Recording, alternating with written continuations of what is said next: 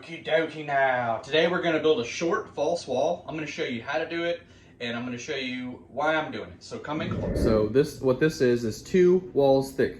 There is a 2x4 wall on this side and one on this side, and this here piece right here is just a cap, and then these top boards are caps, and it's lined with wood. And these steps are connected to this false wall, keeping it stable as well. That's why this is double thick, and it's connected to that, and it's connected to the wall over here. That makes this very stable. So if you just had this wall coming out from that wall and somebody bumped into it, it's gonna wobble if it's only one wall thick, especially, and there's nothing else to nail it to. So keep that in mind when you're building false walls. But you can see you come in the entryway, down the hall, and this divides from that.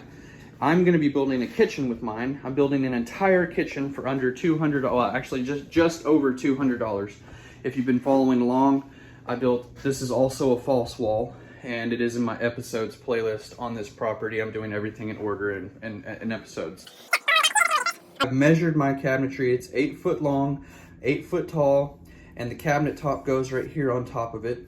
Okay, this is the total of 40 inches. So I've measured everything in detail, which that'll be in a separate video, some of this. But get your measurements first, okay?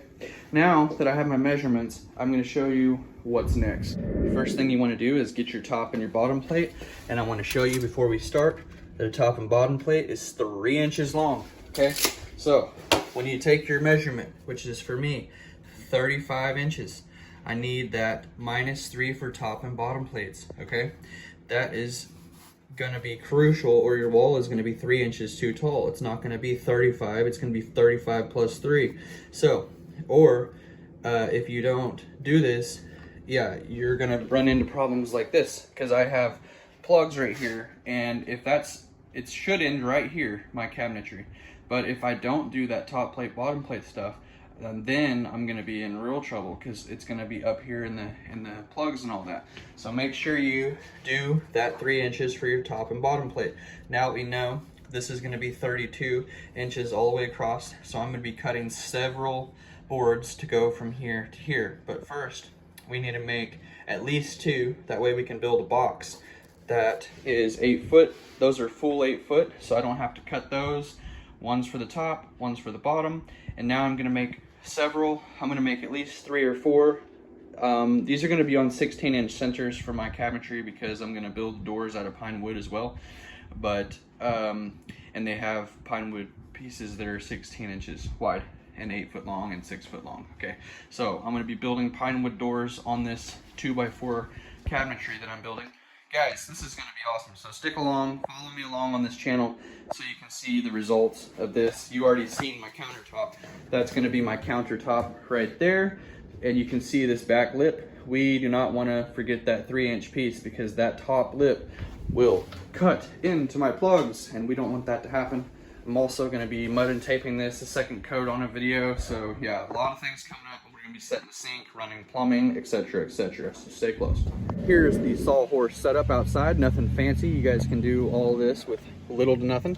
So here's my boards. I've got them set up. First thing you want to do is take your tape measure, and this is a 32-inch. Make a V at 32 inches, and then use the speed square to draw a straight line right through the center of that V, so you're accurate. And make sure you do the same thing on the next piece, okay? And for instance, I'm gonna measure from this end over here and cut along, make sure the saw blade is going right down the right side of that line over here. And then I'm gonna measure from here this way, and I'm gonna cut on this side of the line, and make sure you cut right down the line so that your boards are actually 32 inches long. You want to be very accurate on this, so everything matches and your false wall isn't bumpy and stuff, especially for a kitchen cabinet. So there's that. Now I'm going to be using this speed square not only to draw the straight line, but also to cut a straight line.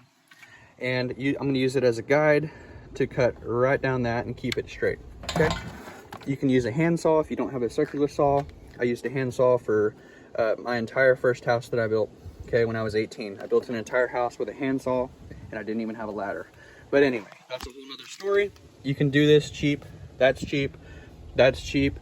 That's cheap. And you can get a handsaw if you don't have this. Now I'll link all this in the description below. Getting my speed square, setting it down, and using it as a guide.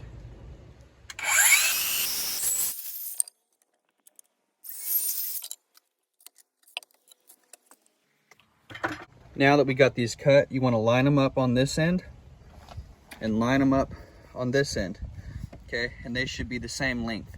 That way we know that our false wall is going to be good for this cabinetry, okay? And there you have it. I'm going to cut 1 or 2 more of these and I'll see you inside. Okay, you can see here I've got the start of my kitchen cabinetry, and the reason I'm leaving some out right now is because I'm going to have a sink and a dishwasher, so things like that, and I'm going to get this stuff before I add the boards in. It's very easy to add a board in, just like I did this third one right here. This one is actually a 16-inch center from here to here because I know the sink is going to be over here with the dishwasher over here. So there'll probably be another one right here. But anyway, this is how you build a false wall. Top plate, bottom plate, and the studs in between. It's basically just like a real wall, except for you don't have the corners and the double top plate and all that. Now you can do all that if you want to, but here's how you build a false wall. Build it however you need it. You can put another wall on top of this wall to make blocks, you know, block here, you know, just do what you did here, and you can do all kinds of designs, all kinds of shapes, kind of like, for instance, this right here has shape to it, okay? You can do that or anything with this. I hope this video was helpful in some way. If it was, go ahead and like it, subscribe to the channel if you like home improvement videos, and I'll see you next time.